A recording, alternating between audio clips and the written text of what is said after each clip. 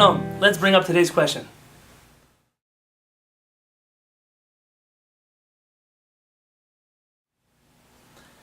That's a fantastic question. And the truth is that all I need to do is quote from the greatest of our Chachamim, a man by the name of David HaMelech, our King David, who lives forever and ever, who said, Zeh hayom asa Adonai. This is the day which Hashem has made. Nagilah v'nismecha. We will be happy and we will rejoice in it. This is the day that HaKadosh Baruch Hu made for the Jewish people to return back home. And our obligation is simply to say thank you to HaKadosh Baruch Hu. But clearly that's not enough, and therefore there's more that needs to be said. Before we discuss what it is Yom HaAtzmaut, what are the theological ramifications of Yom HaAtzmaut, what was the opinion of our Chachamim on Yom HaAtzmaut, I want us to first discuss what is Zionism. What is Tzionut? And the truth is that though there is a narrative that there were secular Zionists that came from Europe and established a state in the land of Israel, that's true, but it's only a partial narrative. For every Jew in the world loves the land of Israel, and every Jew in the world who's really part of Am Yisrael has always dreamed, V'techazena einenu, please Hashem, allow our eyes to see Shuvcha leTzion barachamim. You return to Tzion with rachamim, with kindness, with compassion. That doesn't make one a Zionist.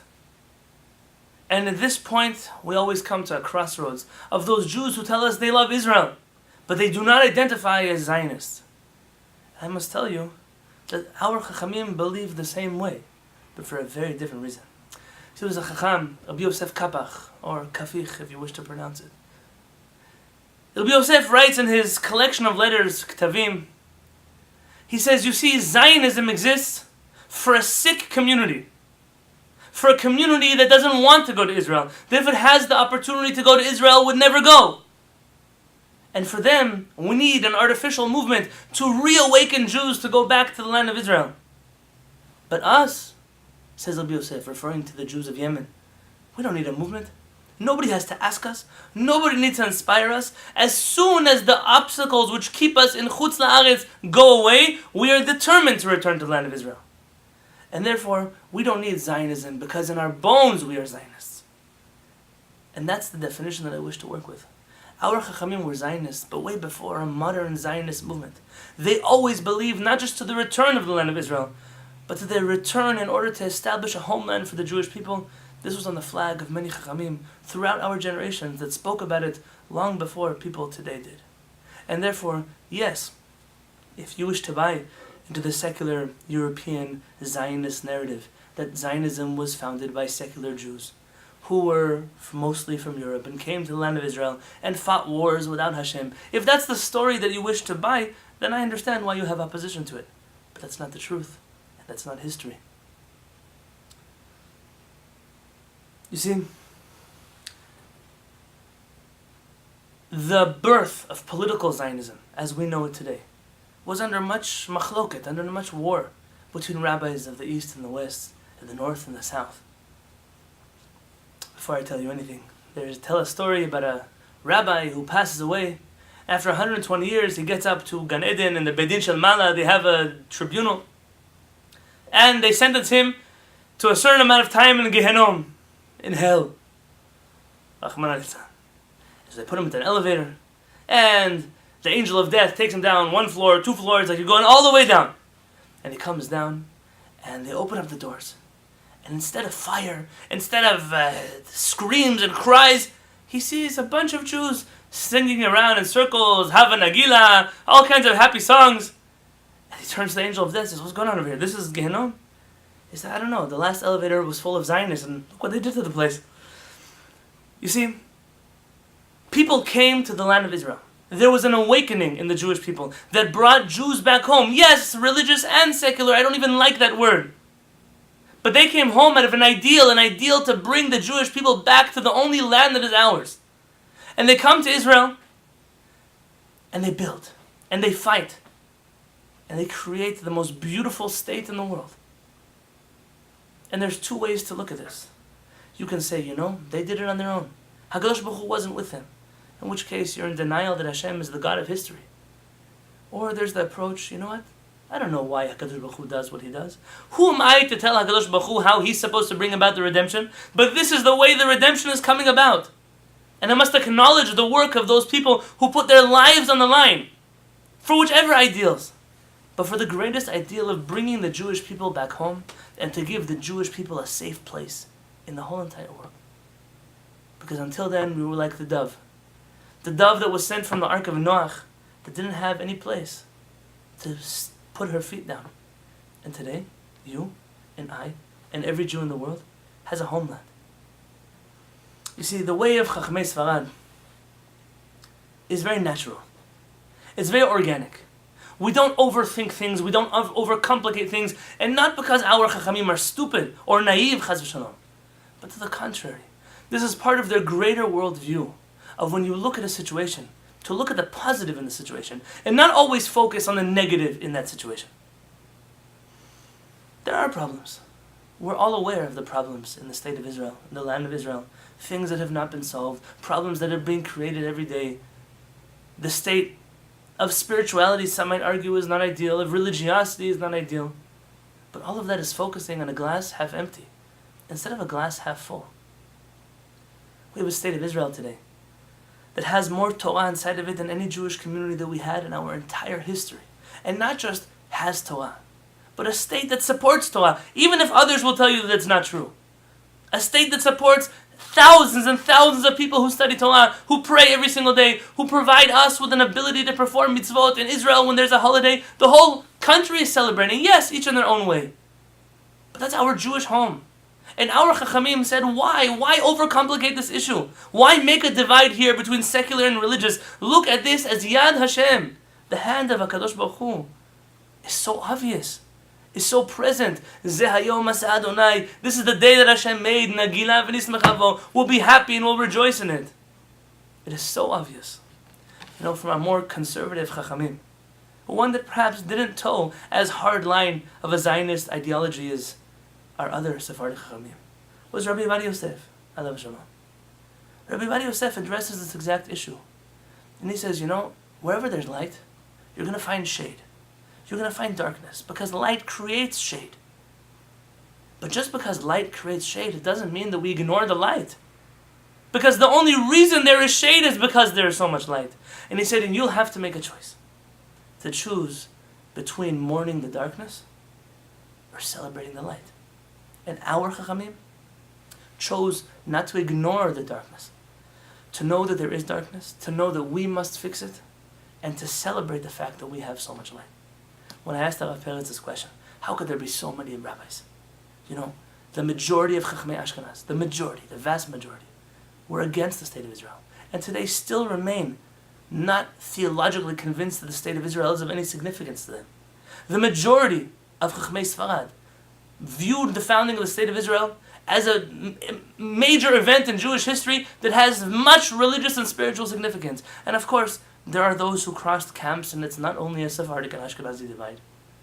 But I asked Rav Peretz once, how could it be so many Chachamim are against the most glorious thing Hashem has done for us? And he told me, he said, these Chachamim never studied Tanakh. And I said, Rav Peretz, you're talking about some very big Chachamim.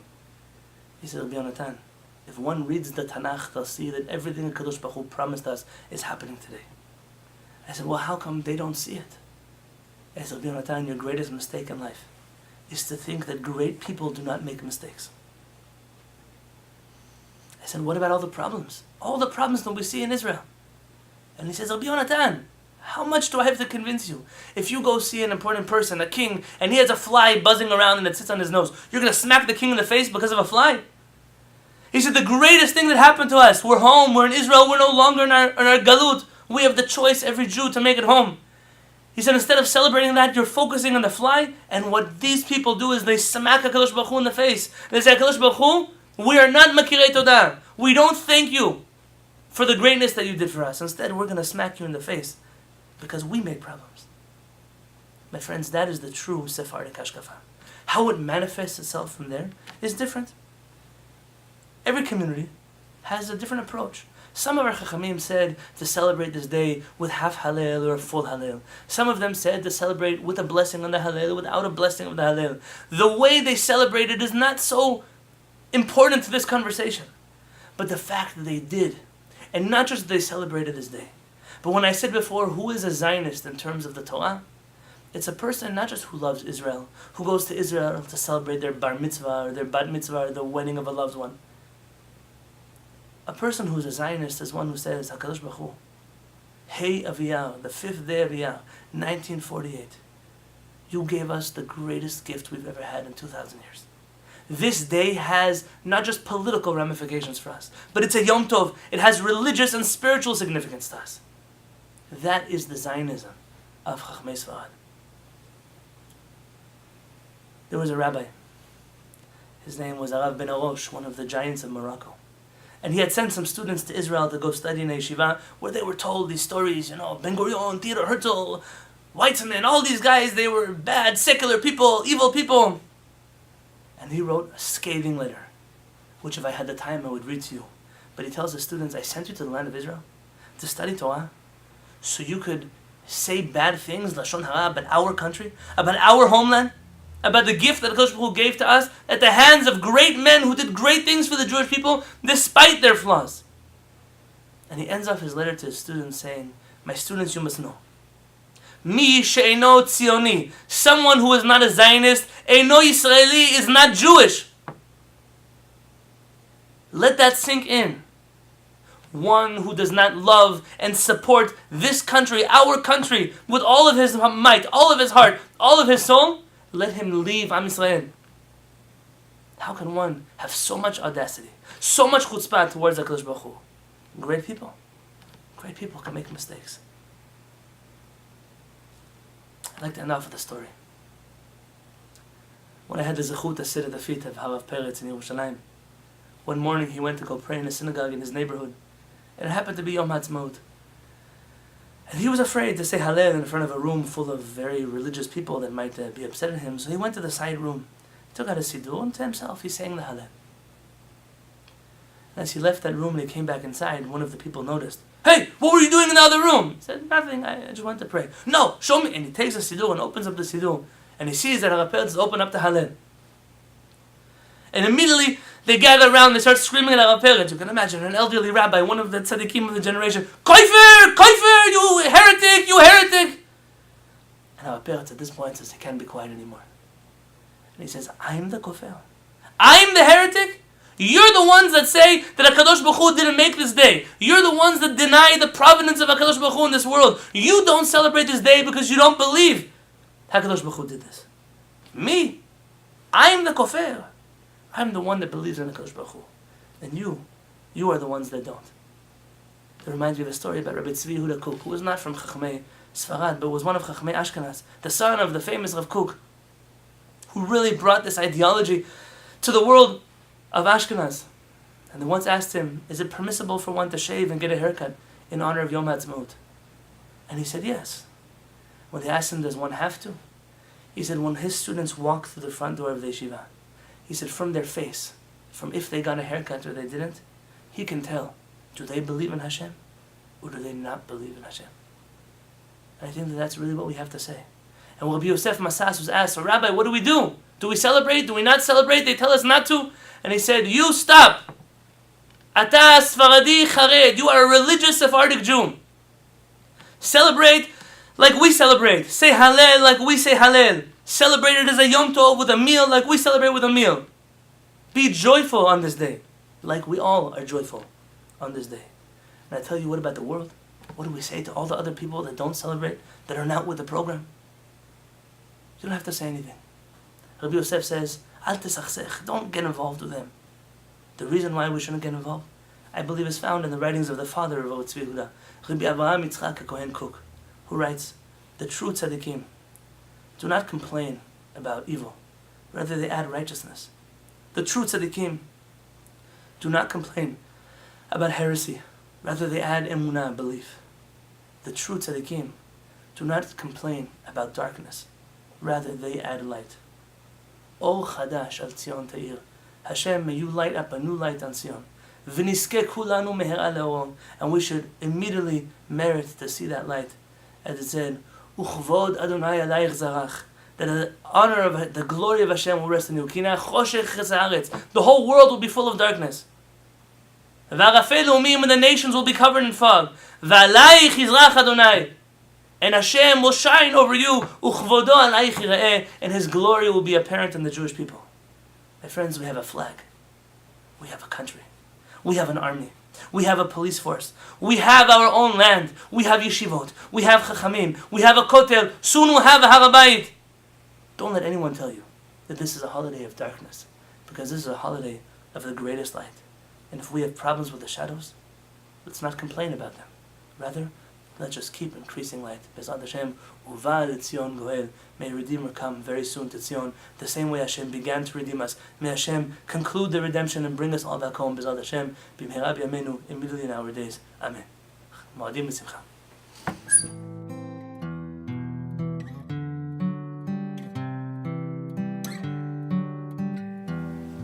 Shalom Aleichem. If you are watching these videos, I would love to hear from you. Please send me an email at rabbi@shiviti.org and tell me who you are, where you're listening from. I would love to develop a personal relationship between you and our beautiful Kehillat, Kehillat HaShamayim, and the entire Shiviti family. Have a beautiful day.